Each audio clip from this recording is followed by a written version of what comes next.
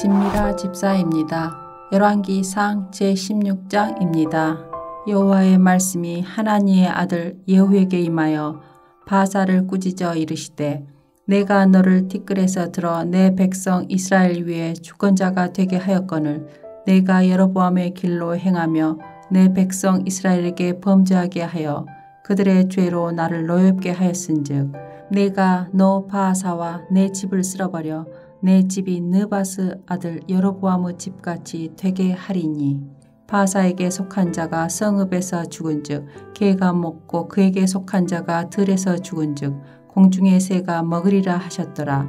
바사의 남은 사적과 행한 모든 일과 권세는 이스라엘 왕 역대 지략에 기록되지 아니하였느냐.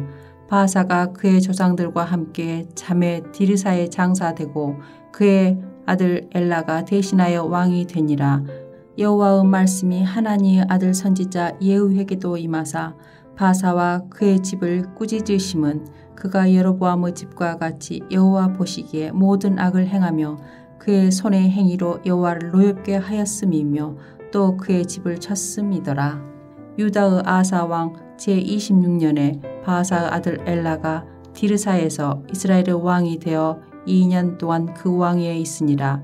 엘라가 디르사에 있어 왕국 맡은 자 아르사의 집에서 마시고 취할 때에 그 신하 곧 병거 절반을 통솔한 지휘관 시므라가 왕을 모반하여 시므라가 들어가서 그를 쳐 죽이고 그를 대신하여 왕이 되니 곧 유다의 아사 왕 제27년이라. 시므라가 왕이 되어 왕위에 오를 때에 바사 온 집안 사람들을 죽이되 남자는 그의 친족이든지 그의 친구든지 한 사람도 남기지 아니하고 바사 온 집을 멸하였는데 선지자 예후를 통하여 바사를 꾸짖어 하신 여호와의 말씀같이 되었으니 이는 바사의 모든 죄와 그의 아들 엘라의 죄 때문이라.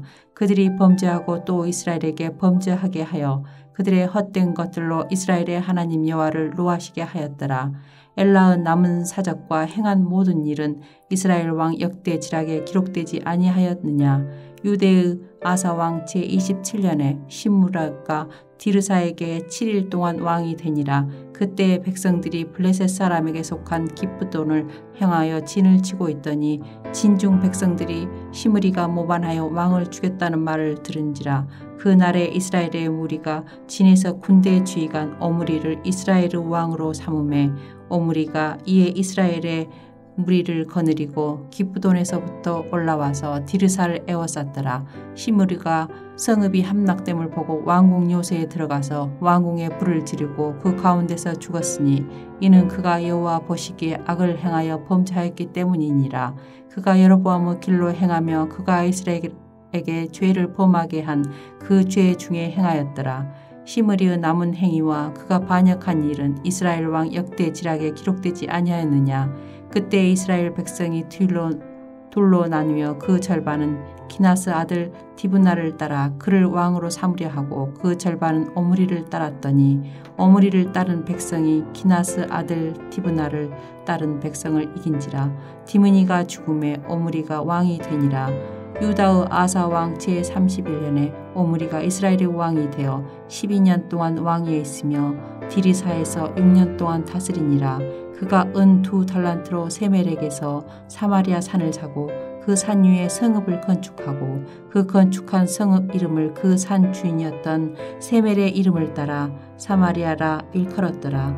오므리가 여호와 보시기에 악을 행하되 그 전에 모든 사람보다 더욱 악하게 행하여 느바스 아들 여로보암의 모든 길로 행하며 그가 이스라엘에게 죄를 범하게 한 그 죄 중에 행하여 그들의 헛된 것들로 이스라엘의 하나님 여호와를 노하시게 하였더라. 오므리가 행한 그 남은 사적과 그가 부린 권세는 이스라엘 왕 역대 지략에 기록되지 아니하였느냐.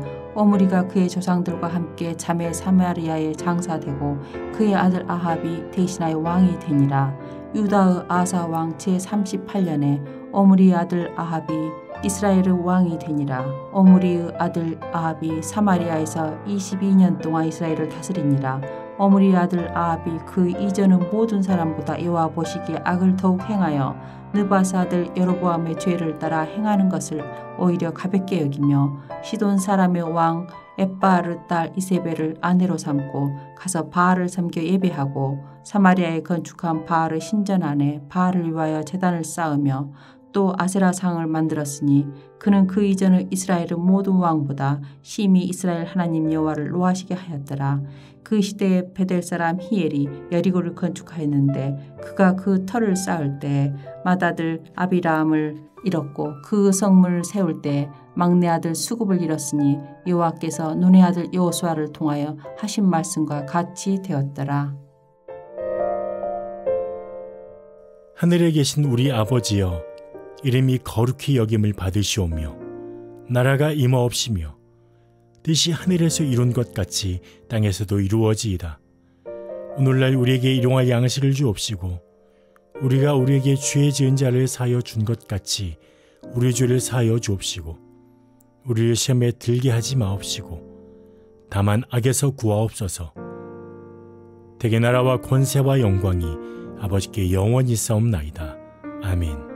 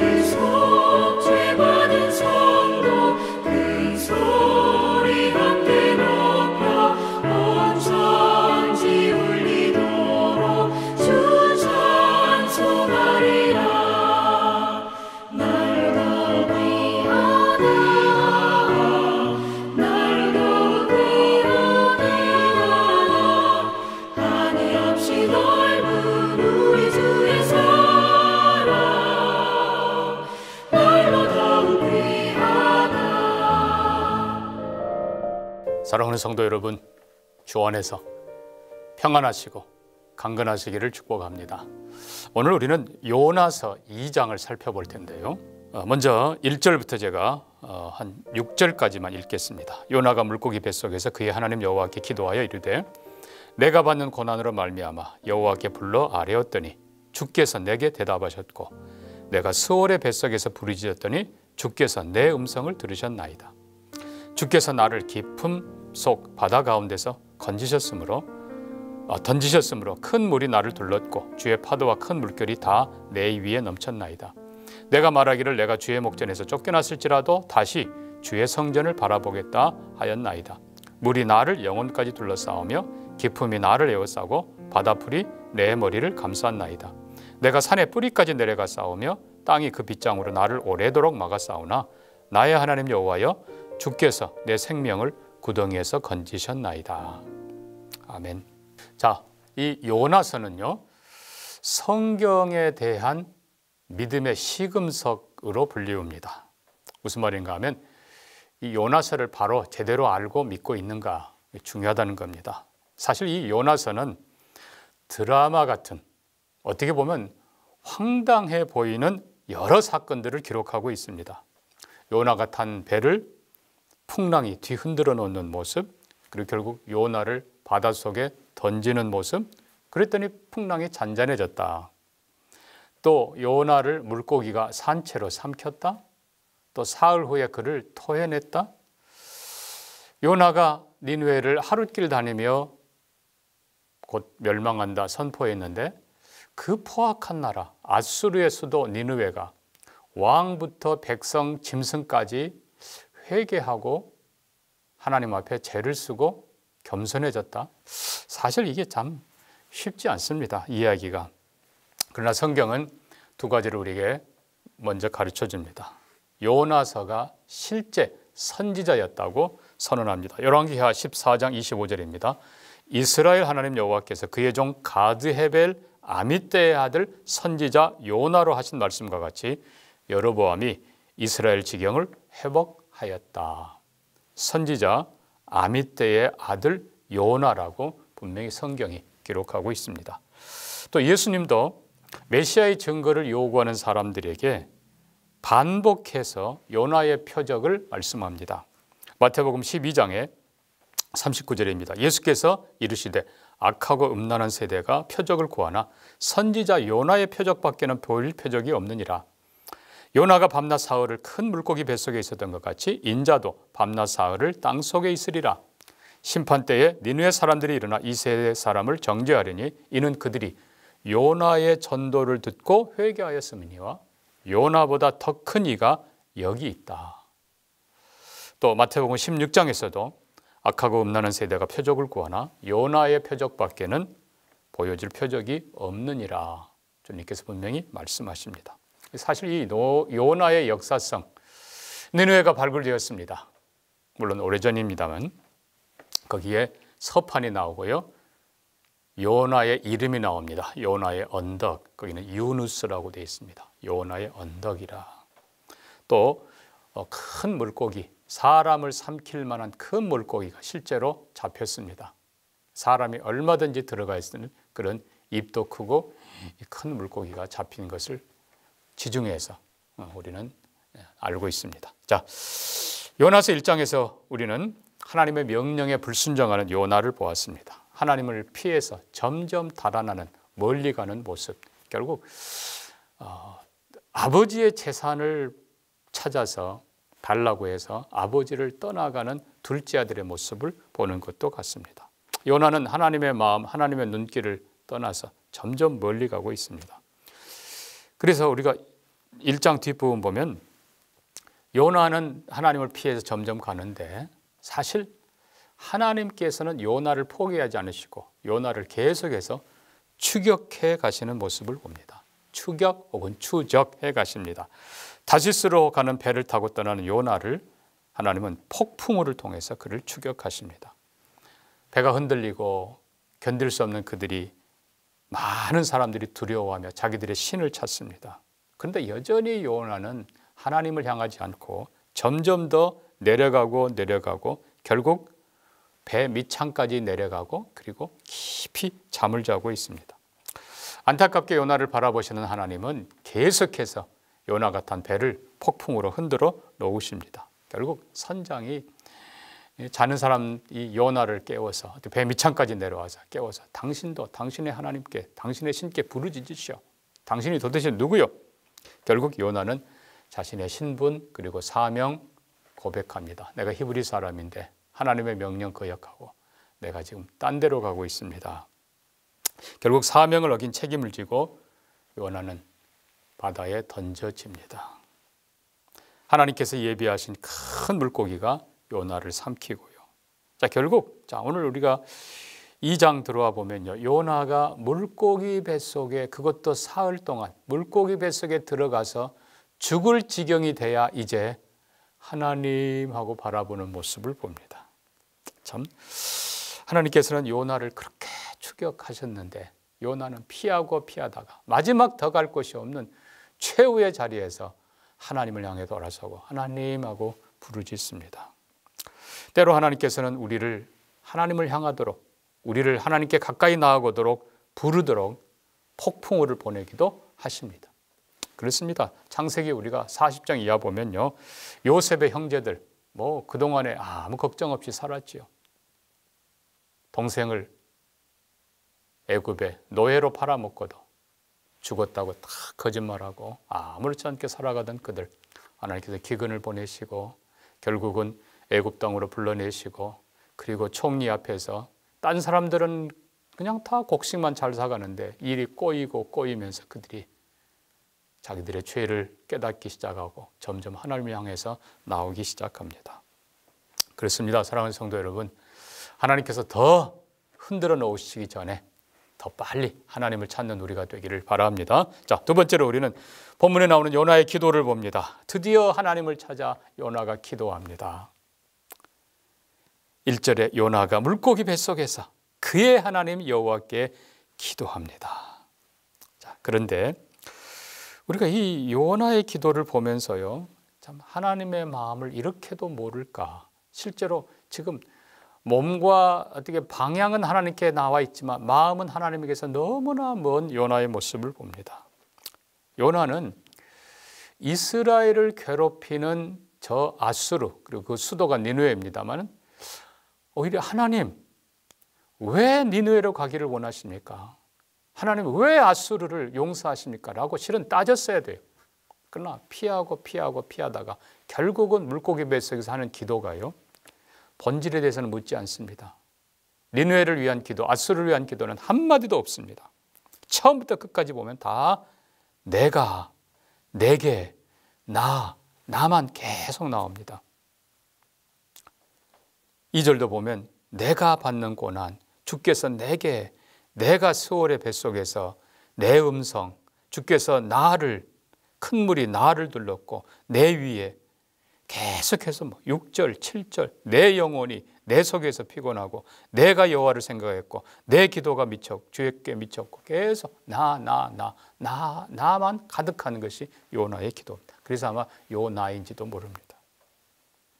여러분, 사실 이것이 당시 이스라엘의 모습이었습니다.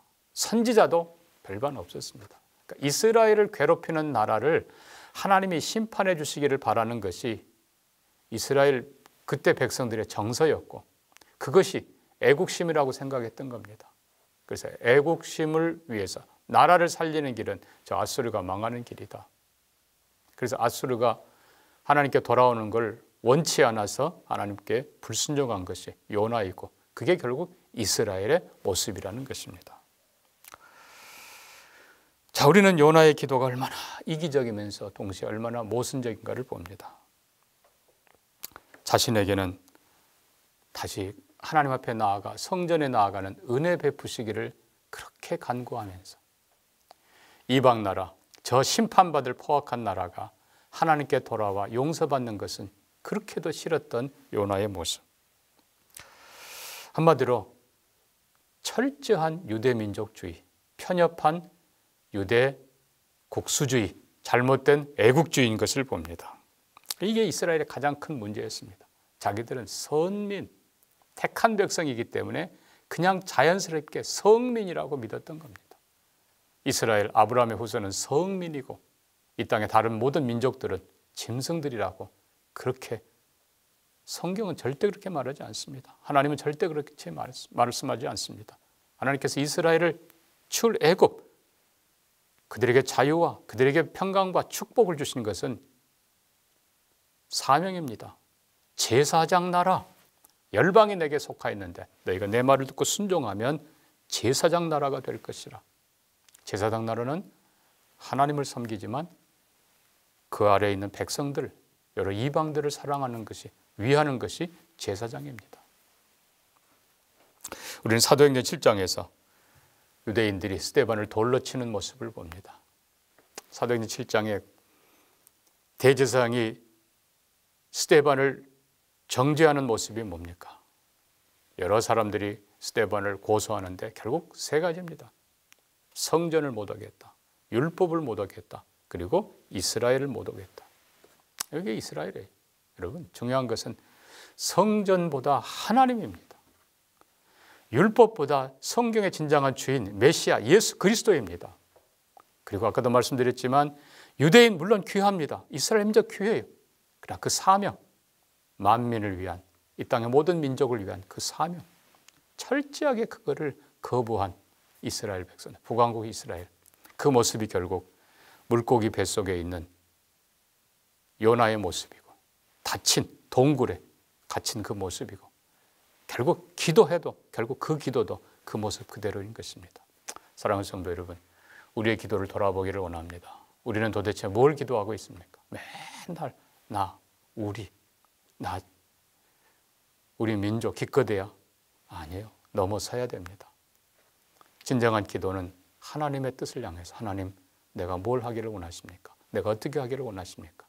하나님의 눈길을 봐야 되고, 하나님의 손길을 봐야 되고, 하나님의 마음을 봐야 됩니다.